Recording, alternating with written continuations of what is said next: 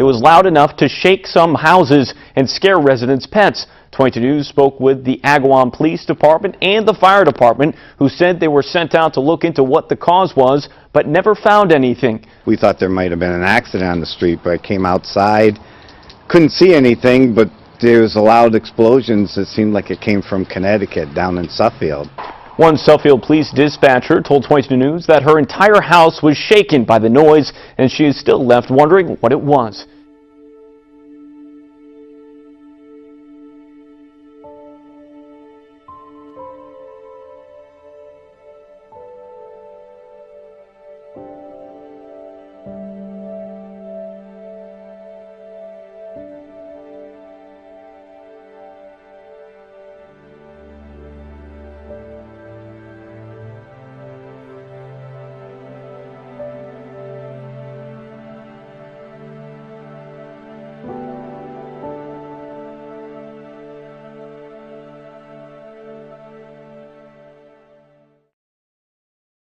A small earthquake early this morning in an unusual place, Oahu. And it comes just days after a series of quakes jolted the state. What's unusual is that these are earthquakes that are occurring in places where we tend not to get a lot of earthquakes. I found out from experts that it's rare to have earthquakes on Oahu, Maui, or Kauai. Up to 20 earthquakes have shaken Arizona in the last week and a half. Even though there were no reports of damage or injuries, this phenomenon is catching some experts' attention. 9 Your Side's Alexa Liaco explains the recent swarm of earthquakes. They may not look like this or cause damage like this, but as this map shows, northwest Arizona has been hit by nearly 20 earthquakes, ranging from magnitude 0.7 to magnitude 2.6. This all started March 29th when a 2.3 quake happened just outside of Littlefield. It's unusual for us to see that many earthquakes and continuing over a period like that. That makes about 22 events in that part of our state since late March.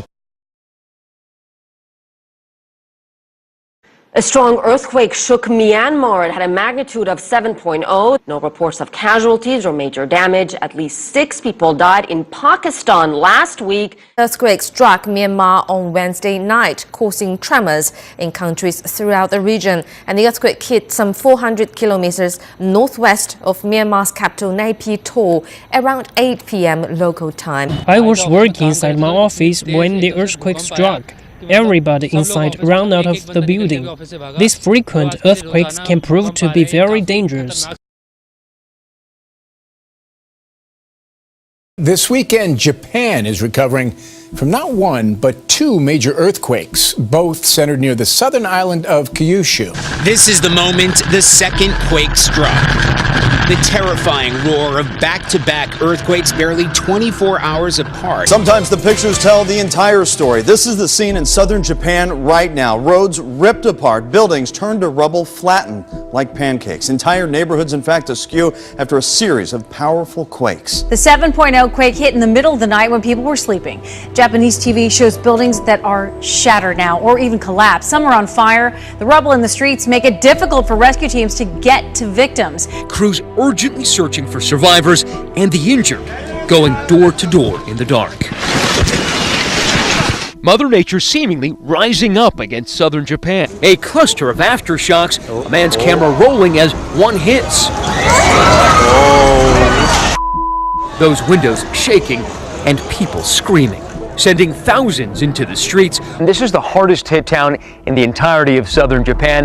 House after house turned into mounds of debris. And worse news for Japanese, there have been 450 aftershocks here. And just one day after the 2 quakes in Japan, the third hits Ecuador. As we just mentioned, both zones are along the so-called Ring of Fire. A very powerful 7.8 earthquake shook large portions of Ecuador yesterday. Nearly 80 are reported dead. Today's quake hit along Ecuador's coastline just before 2 p.m. Another earthquake to report this morning. The 6.1 magnitude quake shook the Pacific island of Tonga. This happened around 7:30 at night their time, just after midnight our time. And then last night in Ecuador. Now this morning we are seeing more images of damage in Ecuador after that magnitude 7.8 earthquake.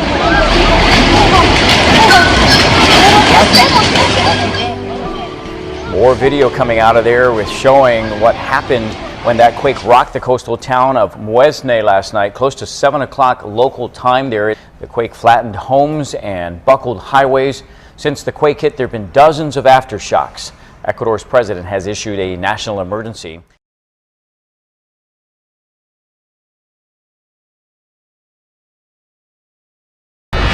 On the deck, below the bridge wing.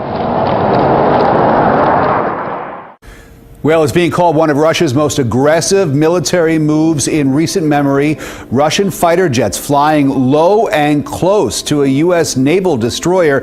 And take a look at this map behind me here. You see this area right around the Balkans. The fighter jets swooping in extremely close right in this area. American sailors got the intimidating air show in the Baltic Sea yesterday as Russian pilots made several simulated attacks on their ship.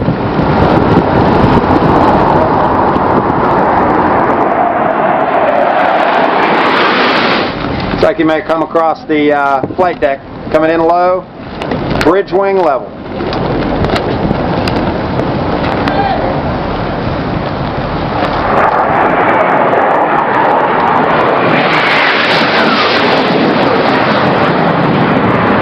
Below the bridge wing. Below the bridge wing.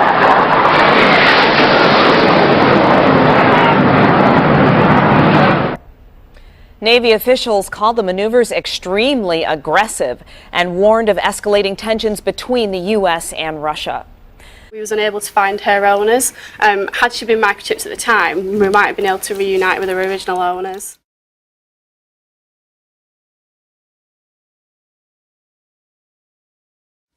She's microchipped now, though. She is microchipped now, so when they come to Dogs Trust, we microchip all our dogs. Right, and this is the problem, isn't it? I mean, let's talk to David about this. Many people thinking, well, why should I? haven't done it for so long. It costs, what, £20, £30? Why do I need to bother about this?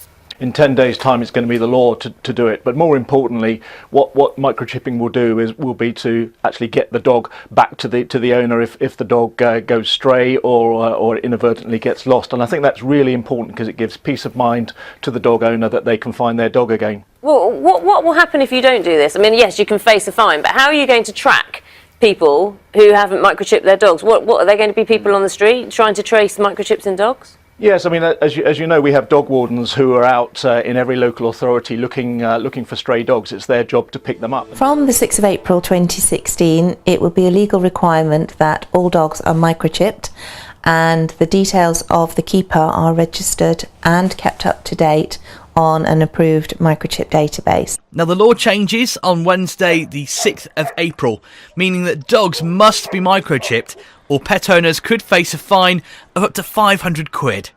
I'd like to speak, Madam President, on an amendment that I have submitted that will ensure the implementation of what is already required by statute, a biometric exit system for the United States. Law has required a biometric, that means a fingerprint, not as opposed to biographic, which is name and birth date, a biographic system that allows us to know who comes in this country on a visa and whether or not they left when they were supposed to leave. It's absolutely critical to the safety of the United States. It's something the 9/11 Commission in 2001, 2002 recommended as a high priority. Former Democratic Senator Bob Graham is among those urging the Obama administration to declassify 28 pages of a congressional report on the September 11th attacks. Graham, who co-authored the report in 2003, spoke about those top secret pages in an interview with Steve Kroft for 60 Minutes. So this is your office?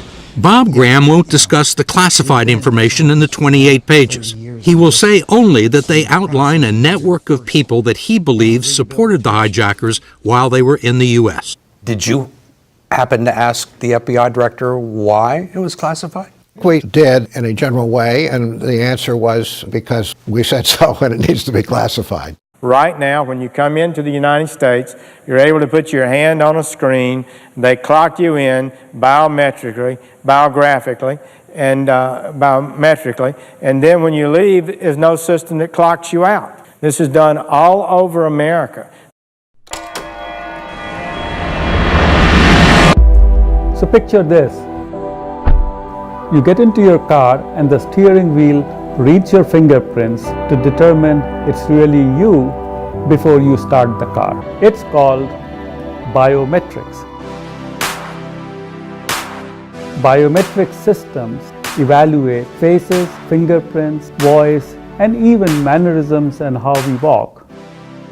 The applications for homeland security are tremendous. As more and more surveillance cameras are on watch all over the world, all the identifying information can be sensed and identities revealed and instantly linked to databases safer and more secure. That's the world we are helping to create. That's the world we will have in the future.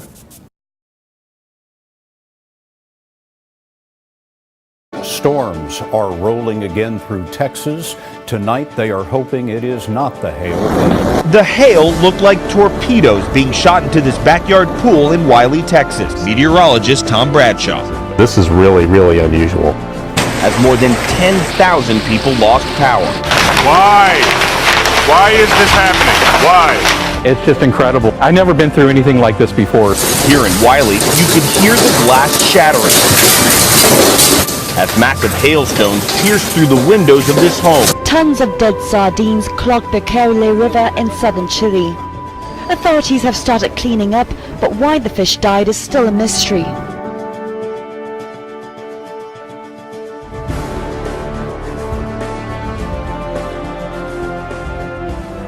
New information on the Indiana State Trooper that we told you about on Good Morning Tri-State, who was fired for promoting religious beliefs during traffic stop. I work for the state, but ultimately, I'm a soldier for Jesus Christ. God has used that job in the last 3 years, what it was supposed to be meant for.